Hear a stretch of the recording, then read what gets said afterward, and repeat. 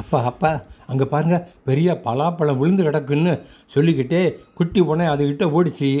அதுக்கிட்ட போகாத, இங்கே பலாமரமே கிடையாது, பலாப்பழம் வர்றதுக்கு சான்ஸே இல்லைன்னு ஓனாய் சொல்லிக்கிட்டு இருக்கும்போதே குட்டி அதை கடிச்சதுங்க.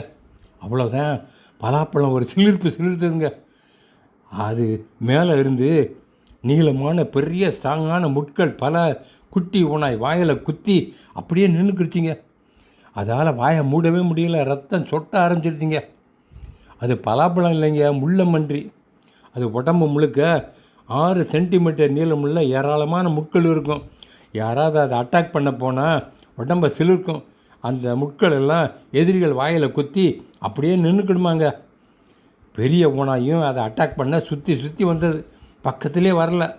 நீ வரலன்னா என்ன, நான் வர்றேன்னு முள்ளம்பன்றி முட்களை விரிச்சிக்கிட்டு அதுக்கிட்ட ஓட அது பயந்து ஒரே ஓட்டமாக ஓடியே போயிடுச்சுங்க.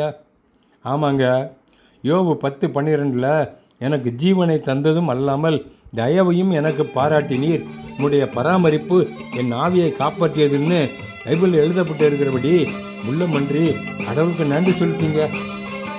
ஆமாங்க, ஆண்டவர் படைப்பு எல்லாமே அற்புதம் தானுங்களே.